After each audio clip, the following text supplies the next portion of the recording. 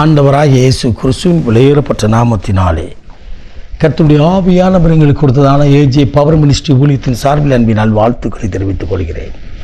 எனக்கு அருமையானவர்களே, இன்றைக்கு கர்த்தருடைய ஆவியானவர் கொடுத்த வார்த்தையை நாம் தியானிக்க போகிறோம். ஹல்லேலூயா. நன்றாய் செய்தார், எல்லாவற்றையும் நன்றாய் செய்தார்.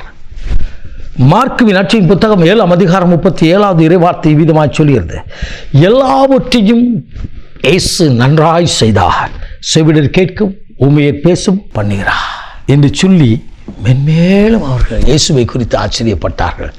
உங்கள் வாழ்க்கையில் இன்றைக்கு ஆண்டவர் எல்லாவற்றையும் நன்றாய் செய்திருக்கு. கொஞ்சம் திரும்பி பாருங்கள், உங்கள் லைஃப்பில் நீங்கள் ஆண்டவரை ஏற்றுக்கொண்ட பின்னதாக எப்படி இருக்கீங்க, ஆண்டவரை ஏற்றுக்கொள்ளும் முன்னதாக எப்படி இருந்தீங்க, கொஞ்சம் யோசித்து பாருங்கள். என் வாழ்க்கையில் நான் சொல்கிறேன்னா, ஆண்டவரை ஏற்றுக்கொள்ளுங்க முன்னதாக என் வாழ்க்கை தாறுமாறாக இருந்தது.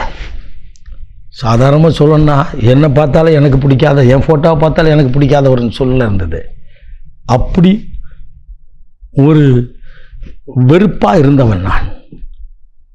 எனக்கு அருமையானவர்களே, எல்லாவற்றையும் நன்றாய் செய்தார். எதை நன்றாய் செய்தார்?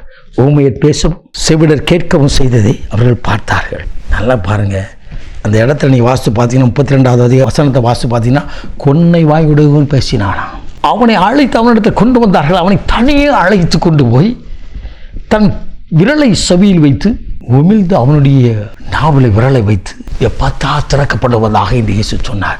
இன்றைக்கு நம்முடைய வாழ்க்கையிலே அநேக பகுதியில் அடைக்கப்பட்டு இருக்கிறது. ஆசீர்வாத பகுதியில் திறக்கப்பட வேண்டும் என்று சொன்னால் இயேசுவோடு பேச வேண்டும், இயேசுவை சந்திக்க வேண்டும். இந்த கொன்னை வாய் உடையவன் இயேசுவை சந்திக்கும்படியாய் கடந்து வந்தார். அவனை அழைத்து வந்தார்கள். அவனோடு கூட ஆண்டவர் அற்புதம் செய்தார்.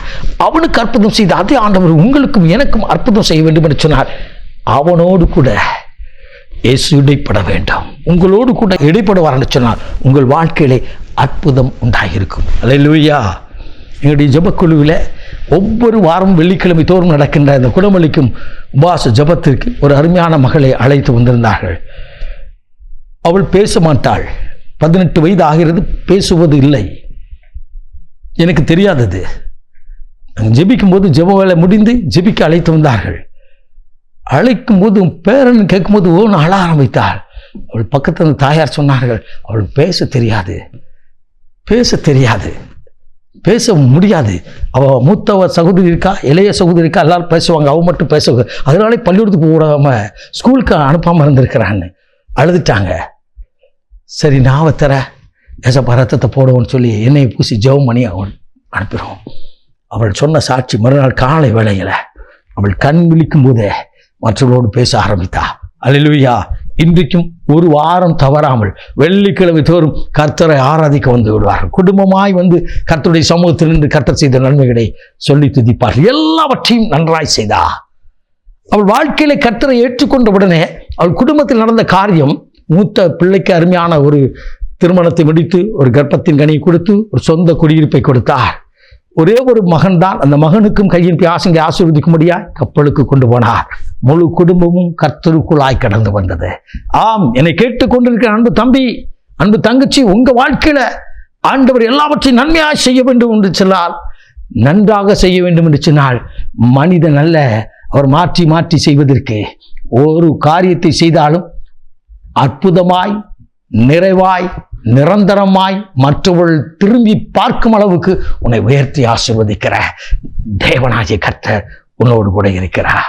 அவர் உங்கள் வாழ்க்கையில நன்றாய் செய்ய, நல்லதாய் செய்ய, உன் வாழ்க்கையில எல்லாவற்றையும் நன்றாய் செய்ய அவர் கரத்தில் உன் வாழ்க்கையை அர்ப்பணி. இன்றைக்கு அற்புதத்தை காண்பீர்கள். அல்லேலூயா. அன்றைக்கு கொன்னை வாய் உடையவனை பேச வைத்த அதே ஆண்டவர், செவிடரை கேட்க செய்த அதே ஆண்டவர், இன்றைக்கும் நீ விண்ணப்பம் பண்ணுகிற விண்ணப்பத்திற்கு பதில் கொடுக்க அவர் உயிருள்ளவராய், உன் பட்சத்தில் நிற்கிறவராய், ஜெபத்தை கேட்கிற வந்திருக்கிறார். நாம் ஜெபிப்போமா? மகா பரிசுத்தம் உள்ள தகப்பனே, இந்த அற்புதமான வேலைக்காய் சோத்தரிக்கிறோம். இன்றைக்கும் உடைய வார்த்தையை கேட்டுக்கொண்டிருந்த ஒவ்வொரு ஜனத்தின் மீதும் வல்லமை இறங்குவதாக. எல்லாவற்றையும் நன்றாய் செய்தார் என்ற வார்த்தையின்படி வாழ்க்கையில் ஒவ்வொரு வாழ்க்கையில் இருக்கிற வனாந்தரங்களும் மாறட்டும். கையின் பியாசங்களை ஆசீர்வதியும். விசேஷமாய் கற்பத்தின் கனிக்காய் பாரத்தோடு ஜெபிக்கிற பிள்ளைகள் வாழ்க்கையில அற்புதம் செய்து மகிழப்படும். இயேசு ரட்சகரே, விலையேறப்பட்ட நாமத்தில் பிதாவே, ஆமென். ஆமென். God bless you.